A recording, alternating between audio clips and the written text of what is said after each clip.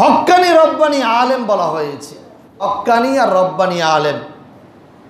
হক্কানি রব্বানি আলেম বলতে আমরা যারা মাজার পূজারী তারা নাকি? কবর পূজারী, দানব পূজারী, মানব পূজারী তারা নয়। হক্কানি রব্বানি আলেম মানে ফিরের মুরিদও নয়, ঠিক কিনা?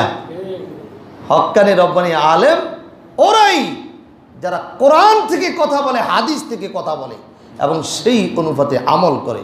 বলেন সুবহানাল্লাহ। কোরআনের দিকে, রাসূলের সুন্নাহর দিকে মানুষকে আহ্বান করে, তারাই হচ্ছে হক্কানি রব্বানি। যারা কিসসা, কাহিনী, গল্প, বাঘের কিসসা, বেগুনের কিসসা, সাপের কিসসা, এই সমস্ত হালটু মালটু কথা দিয়ে বয়ান করে মানুষকে আহ্বান করে, হক্কানি আর রব্বানি হইতে পারে না।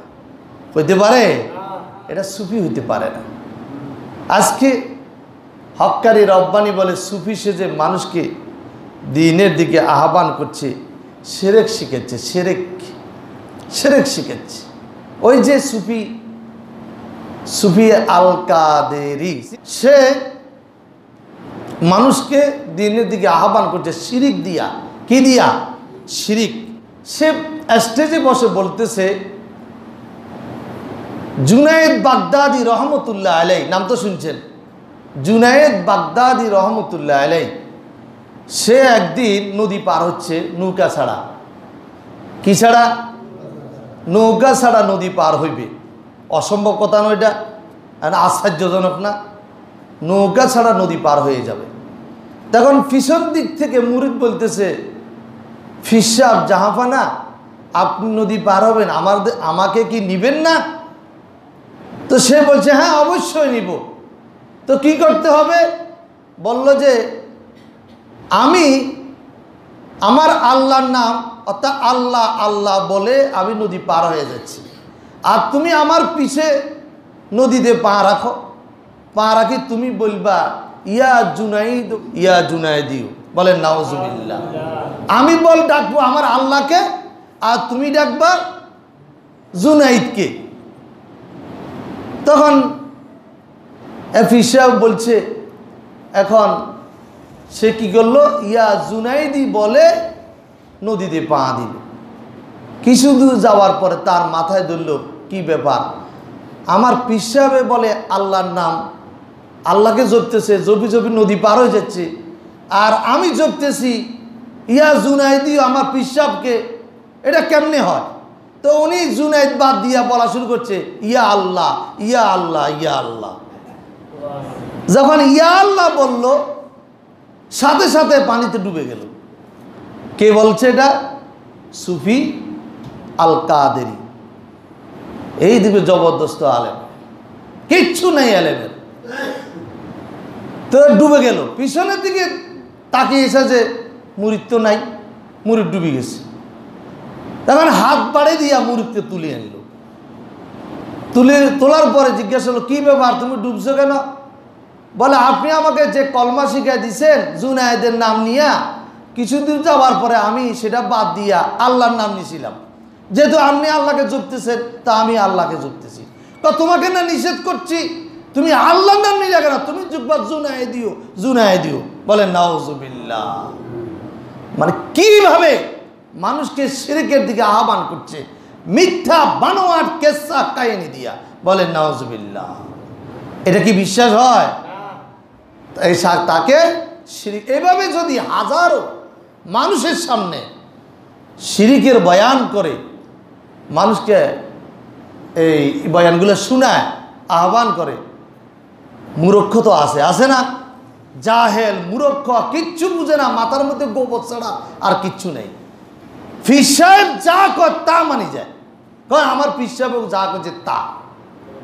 তো এখন হে কইছে, অনেকে এরকম বিশ্বাস করে, ঠিক ঠিক বলছে, আছে না এরকম? ঠিক, কিচ্ছু বুঝে না, ঠিক ঠিক মারে দিছে। তো এরকম শিরকের চড়াচড়ি চলছে। এখন যেটা বলতে চেয়েছিলাম, আজকে যারা হকের কথা বলে তাদেরকে আমরা ধর্ম ব্যবসায়ী বলছি, যারা সত্যের দিকে মানুষকে আহ্বান করে তাদেরকে আমরা ধর্মদ্রোহী বলছি। যারা আজকে কোরআনের দিকে মানুষকে আহ্বান করে তাদেরকে ধর্মের অপব্যাখ্যাকারী বলছি। এই কথা বলে তাদেরকে অ্যারেস্ট করা হচ্ছে, বন্দি করা হচ্ছে, বিভিন্ন হয়রানিমূলক আচরণ করা হচ্ছে, রিমান্ডে দেওয়া হচ্ছে, হাতের মধ্যে হাত করা, পায়ের মধ্যে পা বেড়ি পরানো হচ্ছে। তো আমি তো মনে করি এই সমস্ত লোকদেরকে এগুলা না করে ও যারা ধর্মে ব্যবসা করছে, এই যে নদী পার করাইতেছে, ধর্মকে অপব্যাখ্যা করে, ওই সমস্ত লোকদেরকে এই আদালতের কাঠগড়া দাঁড়া করা উচিত ছিল। যারা ধর্মকে এইভাবে অপব্যাখ্যা করে ব্যবসা করে খাচ্ছে, মানুষকে শিরক শিখাচ্ছে, তাদেরকে তো ধরা দরকার ছিল। যারা কিস্সা বয়ান করে, সাপের কিস্সা, বাঘের কিস্সা, ওই যে বেগুনের কিস্সা, আপনার ভালুকের কিস্সা, পাহাড়ের কিস্সা, নদী নালার কিস্সা, এদেরকে ধরে ধরে লয়ে যায়। ধর্ম শিক্ষা দেওয়া দরকার ছিল, কিন্তু সেটা করা হচ্ছে না। এক শ্রেণীর আলেম তারা বিক্রি হয়ে গেছে। কি হয়ে গেছে? এক শ্রেণীর আলেম ঈমান আমল বিক্রি করে হক্কানি রব্বানি সঠিক পথের সন্ধানী আলেমদেরকে, সঠিক পথের রাহবারদেরকে হেরস্ত করার জন্যে তারা ঈমান আমল বিক্রি করে গোপনে গোপনে কাজ করছে। এরা হচ্ছে জুব্বাদারি, এরা হচ্ছে দাড়িদারি, এরা টুপিদারি, এরা তলে তলে কাজ করছে। আজকে ঈমান বাঁচানো মুশকিল হয়ে যাচ্ছে। ঈমান বাঁচানো কি মুশকিল হয়ে যাচ্ছে। এজন্যই আল্লাহ তাআলা বলেছেন, ইয়া আইয়ুহান নাস, ইয়া আইয়ুহান নাস উবুদু রাব্বাকুমুল্লাযী ওয়াজতানিবুত তাগুত। হে মানব জাতি, হে মানুষেরা, তোমরা তোমার রবের ইবাদত করো, যিনি তোমার রব, যিনি তোমাকে লালন করেন পালন করেন, তার ইবাদত করো। ওয়াজতানিবুত তাগুত, তাগুতকে অস্বীকার করো, তাগুতকে বর্জন করো। যে আল্লাহ মানে না, রসুল মানে না, কোরআনের দাওয়াত, সে দাওয়াতের কথা শুনলে গায়ের মধ্যে কি উঠে যায়? চুলকানি উঠে যায়। হ্যাঁ, ইসলামের কথা শুনলে তার গায়ের মধ্যে জ্বালা ধরে যায়। যেখানে ইসলাম সেখানে বাধা, যেখানে কোরআন সেখানে বাধা, যেখানে সত্য সেখানে বাধা। এই যারা এই কাজগুলা করে, এরা এটা হচ্ছে তাগুতের পথ, এরা তাগুতের পথে আছে।